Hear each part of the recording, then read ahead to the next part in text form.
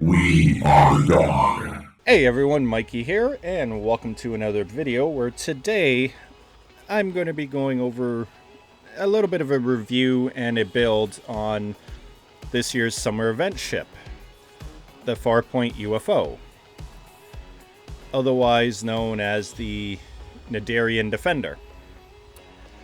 So I did buy this event out. I did have some extra Lobi lying around, and the second I saw this ship, I immediately thought, yeah, I'm going to put a tank on it and see how it does. And not really that surprising, it did exceptionally well. I'm not going to go over the build too much. As you can tell, it's pretty much my standard tanking build. I am running the second Omni just because this ship is a little harder to fly than my Styx, for example, or some of the other tanks out there. But all the consoles you're all pretty much familiar with. They're pretty much normal tanking setup, or I should say my normal tanking setup.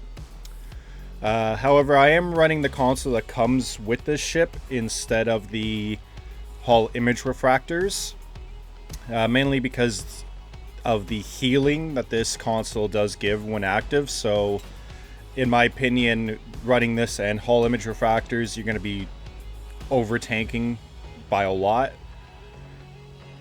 So that's why I've decided to run this console instead of that normal console that you would usually see on a tank.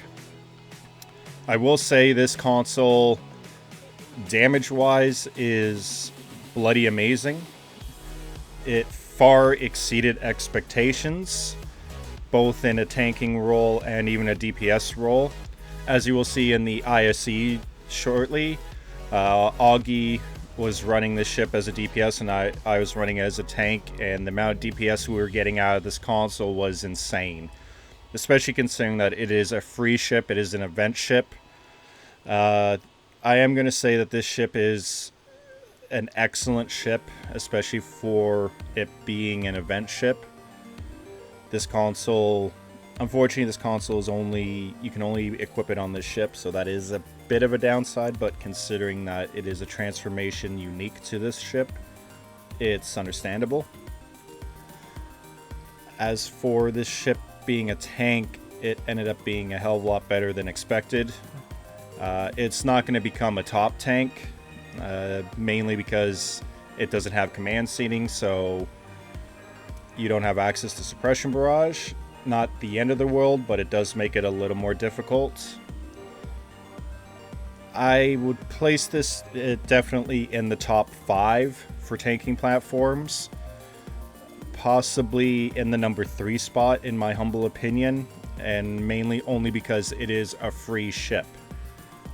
Considering some of the more budget alternatives out there, such as the Brawn, the Narendra, and even like the Tucker, for example, even though those ships, they're okay at tanking, you mainly get those for consoles and traits. So I do think this would be a better overall tank than the standard T6 Narendra, for example. But it's not going to be nearly as good as either the Quavi or the Styx. Those two are definitely the top 2 tanking platforms in the game. So like I said, this is just pretty much my normal tanking setup, so I'm not going to spend, everyone knows what these abilities are, these traits, so we're just going to go to the ISE, and then we'll see you afterwards for the parse explanation.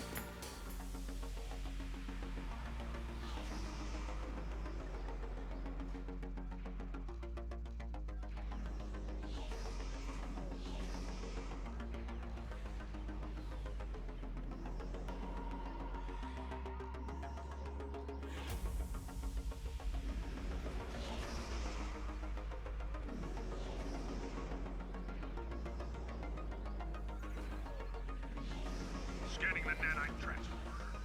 Good. Additional data is available. Target shields have failed.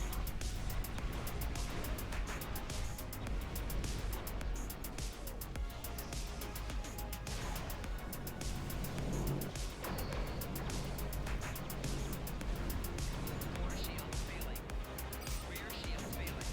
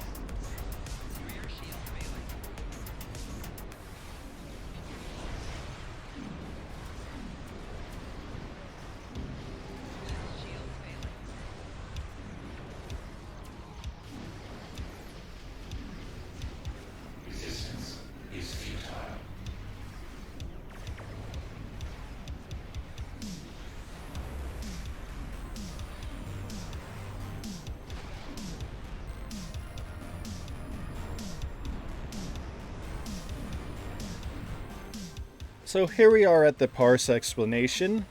This was one of multiple runs we ran on Augie's stream. Most of you should be subscribed to him on YouTube.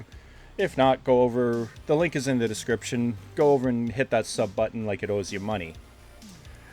In this particular run, we had our good friend Sarcasm Detector, aka Lowlife Cat, and he was in a build that he calls the Stress Test. This is one of his extremely powerful science builds, and it's a really good build to test people's tanks because it generates a lot of threat. Of course, Stargate was there in another science build. We had Augie also in the event ship. Did a respectable 251 in this run. Of course, I was tanking, so my DPS is under 200. And then we had Dwayne, over 100k. Great job, Dwayne.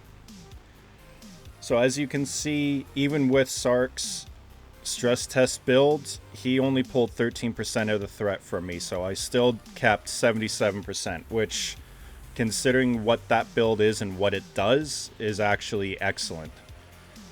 When I tank in my sticks, when he brings that build in, I'm lucky to get low 80s in that. So that tells you how much threat that ship and that build he has puts out. The other notable number to look at is the heals. 206,000 heals, and that is because of the console.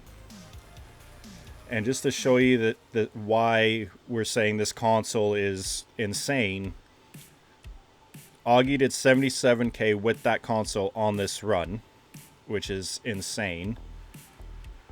And then if you look at mine, I did 84k.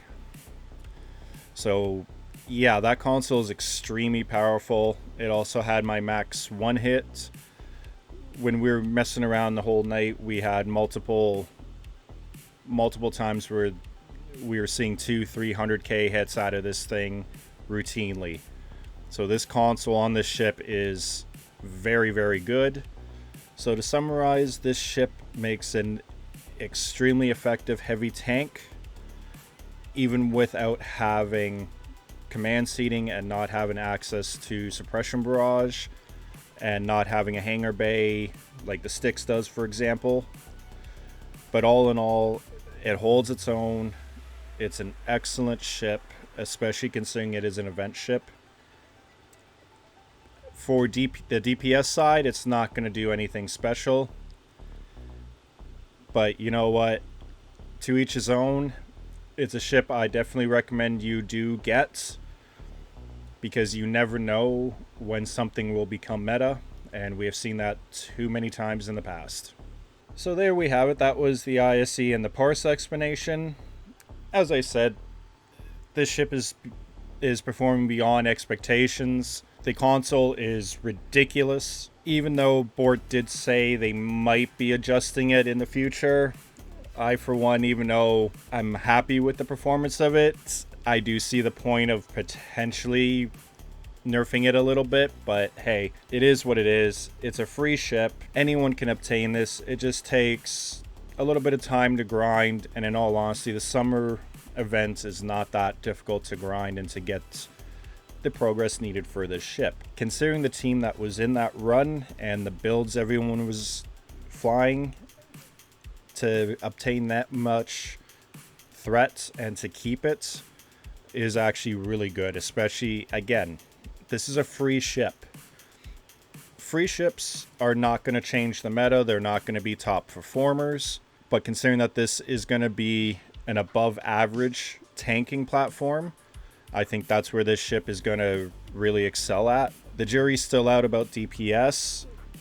I, for one, I'm not really going to put too much of a DPS build on this. I'm kind of soured off of doing that. I'm more into doing tanking and budgets. So I will be potentially doing a budget build on this in the near future and just seeing what it can do. But the number one DPS for this ship is always going to be that console. I didn't use the traits during these runs and during the testing. So we're still looking to see if that's even going to be worth slotting. The tooltip does look intriguing, but tooltip versus performance, as we all know, usually doesn't match. So, my final opinion on this ship, it's a solid ship. Not going to change anything for DPS, but for tanking, it does exceptionally well. I might even put a budget-friendly tank build on this in the near future as well. But all in all, it's a ship I highly recommend you get, because as we've said before, free is free. I hope everyone's enjoyed this video and my quick review of this ship as a tanking platform.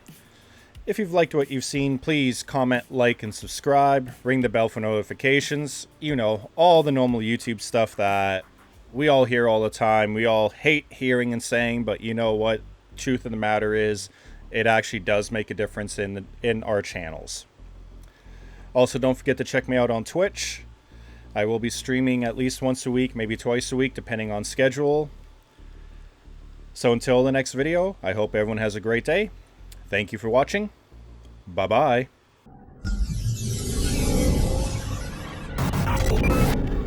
We are God.